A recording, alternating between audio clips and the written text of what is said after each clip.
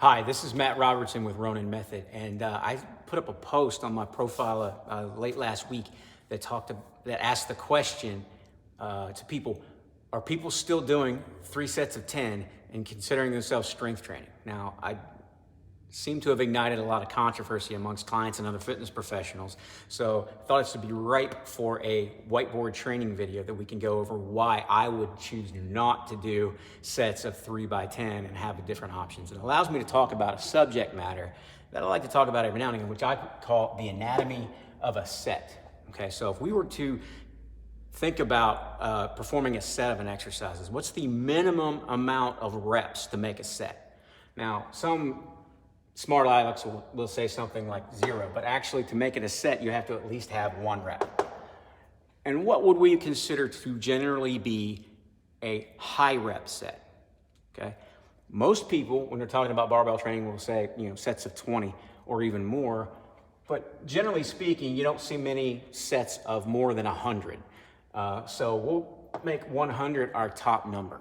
So if a set of 1 is representative of our personal max, or a high percentage of our personal best, rep 100 would be a very, very small percentage of that when we're talking about load. In fact, many people who, let's take a squat for example, have a pretty impressive 1 rep max on a squat would have a difficult time even performing 100 bodyweight squats. So there's a huge dichotomy there.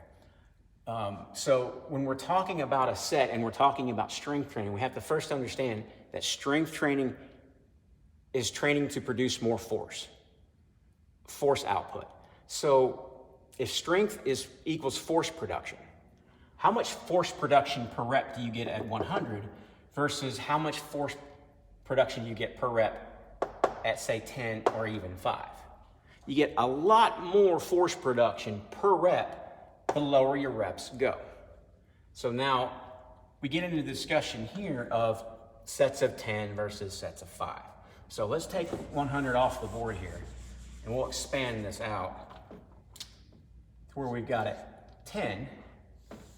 And now our anatomy line is here, 5 being roughly the halfway point, okay?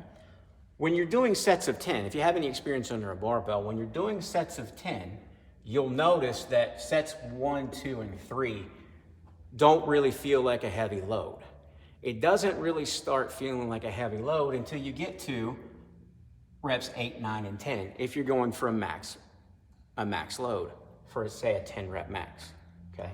Because we don't really feel much of a pressure, much of a heavy load here, those first few reps in the set are not heavy enough to create the strength adaptation that we're looking for.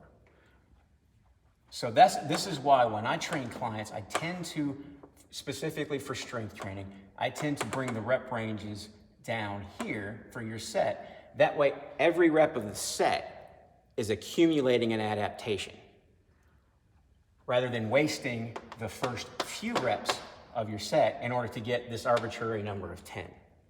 Okay, so anytime I'm training a client, when I start reaching up to 7, 8, 9, 10 reps, I know that the adaptation I'm trying to create is different than strength training. It's more of a conditioning, more muscle stamina, muscle endurance type of adaptation that I'm trying to create when I go to 10 plus. And we do utilize that in Ronin Method, but we're not going to tell you that it's strength training because in our opinion, it's actually not.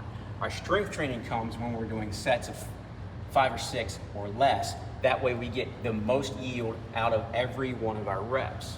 So if I was given a choice between programming for strength, a set of 3 sets of 10 or 6 sets of 5, I would often go with 6 sets of 5, simply because it gets us more exposures at heavier loads, because that's the strength training that's the strength adaptation I'm trying to create.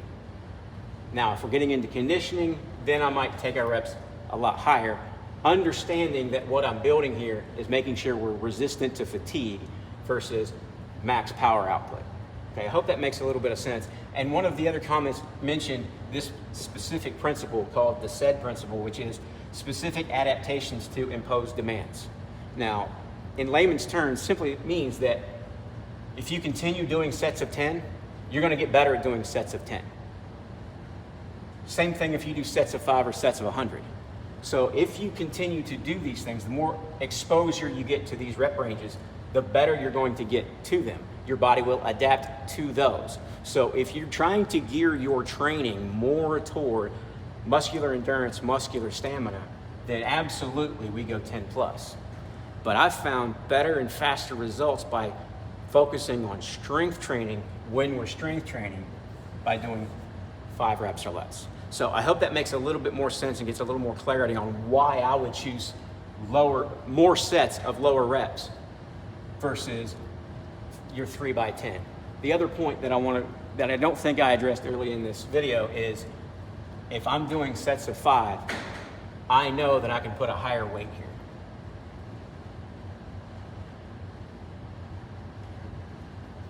Versus 3 by 10. That means because I'm getting a higher weight in this number, but all these numbers still work out to 30, I know that my work capacity is going to go up. And work capacity is key to, it's kind of the secret formula for any kind of fitness and performance results. If we increase our work capacity, you're going to increase your performance. And then if you nutrify properly, you're going to get the body goals that you're looking for. So I hope we made that a little bit more clear. I love the controversy. I love a debate. I'd love to be able to discuss this with any one of you. Please feel free to comment below this video. Tell me what your thoughts are. I'd love to hear about them. And I want to remind you, if strength training is critical to you, which I think it should be critical to everybody, contact me, reach out. I do have some slots open for some consultations. I'm doing free consultations all this week, and in the next week, you just got to get on my schedule. So comment below, and I'll be able to reach out to you. Once again, this is Matt with Ronin Method, and thanks for watching.